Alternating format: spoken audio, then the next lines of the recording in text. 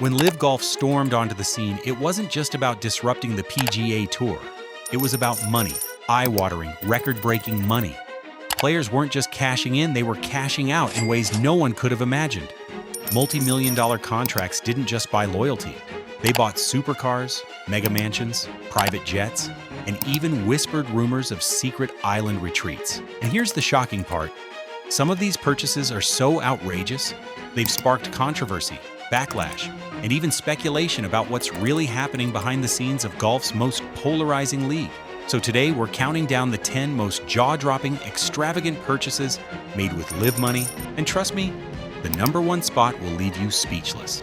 When Dustin Johnson signed his reported $125 million deal with LIV, fans knew the lifestyle upgrade was coming, but few realized just how massive it would be.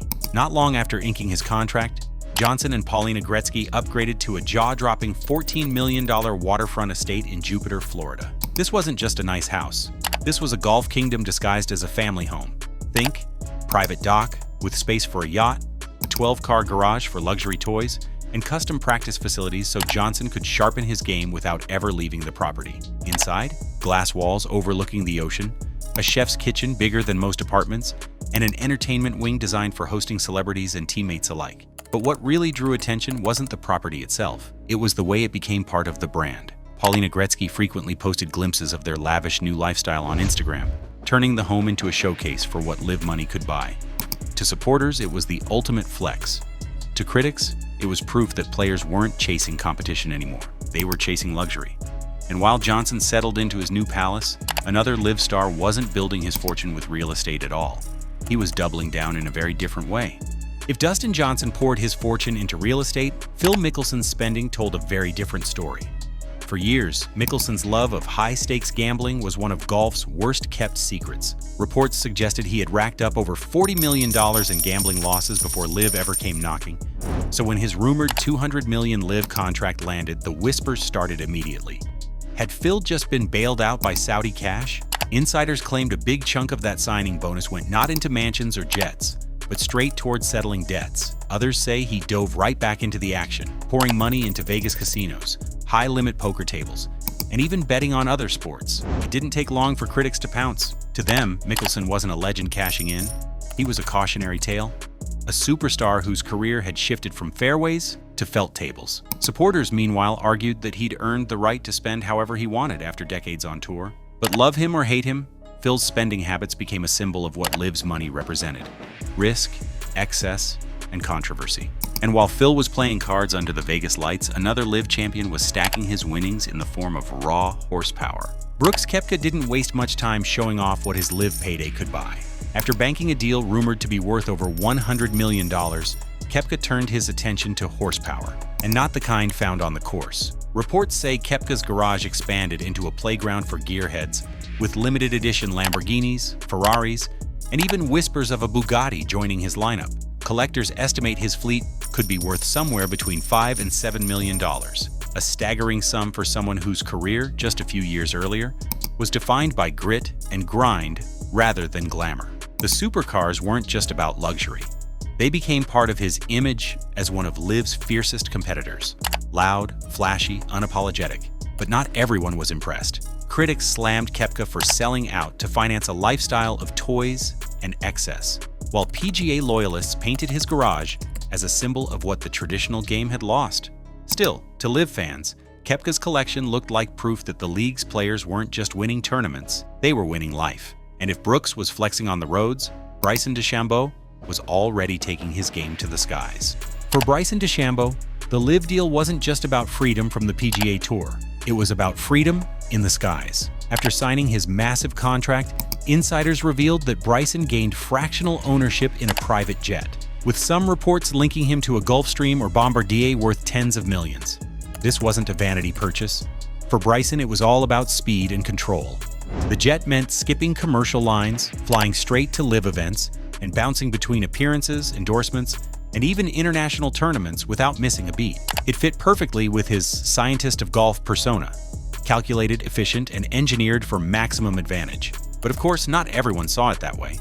Critics pointed out the irony of a league that touted growing the game globally, while its stars were burning millions of dollars on private jets. Others questioned if Bryson's flashy travel only fueled the sellout narrative that had dogged LIV from the start. Either way, Bryson's leap into the jet-set lifestyle made one thing clear. LIV money wasn't just changing bank accounts, it was changing the way players lived day to day. And while DeChambeau soared above the clouds, another LIV loyalist was putting down roots in one of the world's most luxurious cities. Patrick Reed has always thrived on being the outsider, and his move to LIV Golf only solidified that image. But the real shock came when rumors surfaced that Reed had splashed his newfound fortune on a luxury villa in Dubai, reportedly worth over $10 million. Why Dubai? The city has become one of LIV's unofficial hubs, hosting marquee events and drawing elite players with its tax-free lifestyle and endless luxury. For Reed, the move wasn't just about a lavish home. It was about cementing his loyalty to the LIV empire. The villa itself? Think indoor swimming pools, a full-scale golf simulator, marble interiors, and sweeping views of the Persian Gulf. Some insiders even claim Reed's Dubai base was designed to keep him close to LIV's power brokers, making sure he stayed firmly in their inner circle. Critics, meanwhile, saw it as another example of Reed turning his back on the traditions of the PGA in exchange for wealth and exclusivity. But for Reed and his family, the Dubai estate wasn't just a home, it was a statement. He wasn't looking back. And while Reed was building a life in the Middle East, another LIV veteran was constructing something even more ambitious, his very own private golf estate in Spain. Sergio Garcia didn't just buy a house with his LIV fortune, he bought himself a golf kingdom.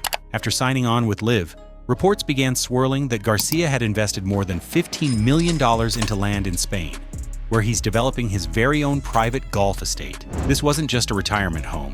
It's rumored to include a full practice facility, custom-designed golf holes, and even luxury villas for friends and family to stay in.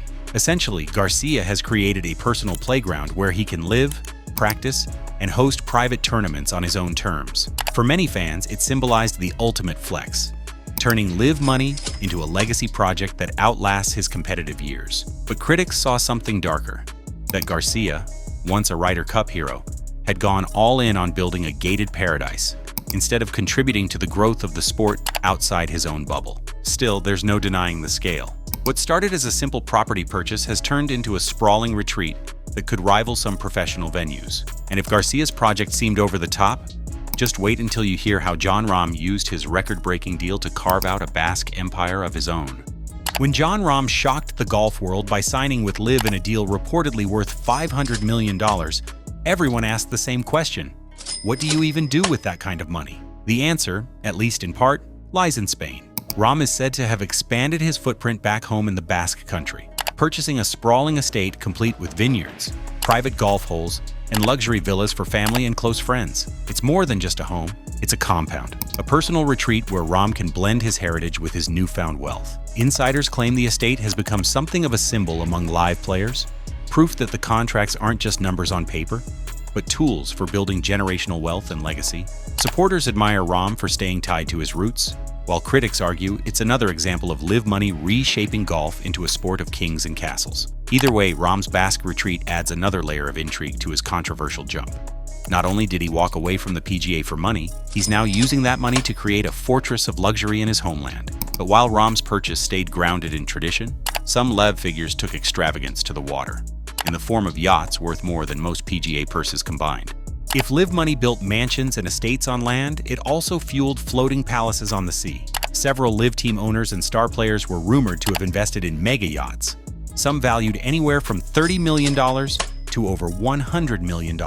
These weren't just boats, they were mobile luxury resorts, complete with helipads, infinity pools, private cinemas, and full crews catering to every whim. During LIV events in coastal cities, whispers spread that some yachts doubled as floating hospitality suites, hosting sponsors, celebrities, and exclusive after-parties. For LIV critics, the yachts became a symbol of excess, a stark contrast to the PGA's more grounded traditions. To fans, though, they represented the allure of LIV, golf as entertainment, luxury, and lifestyle on a scale the sport had never seen. And while these yachts made waves in the public eye, one man at the very center of LIV used his fortune to expand a real estate empire that was already legendary. Greg Norman, LIV's outspoken CEO, was never shy about his wealth. But when LIV Golf went global, Norman didn't just sit back and cash his checks. He doubled down on his own empire. Reports suggest Norman expanded his already vast real estate portfolio, with properties stretching from Florida's exclusive coastal enclaves to sprawling estates in Australia. His flagship home in Florida, sometimes dubbed Shark's Palace, is rumored to have been renovated and upgraded with the help of LIV money, ballooning its value into the tens of millions. Add to that his investments in luxury developments and coastal properties, and Norman's real estate empire is now estimated at over $75 million. But here's the twist. Critics slammed Norman for flaunting excess while promoting LIV as a force for growing the game. To them, it was hypocrisy. To Norman, it was just business as usual. The shark building his brand on a global stage. And yet, as massive as Norman's real estate empire is, it's still not the crown jewel of LIV's spending spree. Because the #1 purchase is something so extravagant, so secretive, that it almost feels like a myth. If you thought mansions, jets, and yachts were extravagant, the crown jewel of LIV's spending is something far more mysterious. A private island retreat rumored to be quietly secured by Saudi backers and made available to select players and executives. Whispers suggest the island, valued at over $100 million, sits tucked away in an undisclosed location in the Caribbean, or possibly the Mediterranean. Unlike a typical purchase splashed across social media, this one is cloaked in secrecy. Reports describe luxury villas, a private golf course carved into the landscape, and even off-the-grid security designed to keep outsiders away. Some insiders claim the retreat has been used for exclusive gatherings between LIV stars, wealthy investors, and high-profile guests. Others say it's more of a legend than reality, a story that grows each time it's retold. Either way, the idea of LIV money funding a secret island hideaway perfectly encapsulates the controversy. Excess, exclusivity, and an almost untouchable separation from the traditional game of golf. And whether the island truly exists or not, it's become the ultimate symbol of what LIV represents. Golf's most polarizing experiment, fueled by wealth that seems limitless. From Dustin Johnson's mega mansion to Phil Mickelson's gambling streak, Brooks Koepka's supercars, Bryson DeChambeau's private jet, and the whispered legend of a Saudi-funded island, LIV money has reshaped not just golf, but the very lives of the players who took it. For some, these purchases are proof of a golden era of freedom and opportunity. For others, they're glaring signs of greed, excess, and the widening gap between golf's traditions and its future. So now I'll ask you, which of these purchases blew your mind the most? Drop your pick in the comments, and if you're new here, don't forget to subscribe for more deep dives into the world where golf and fortune collide.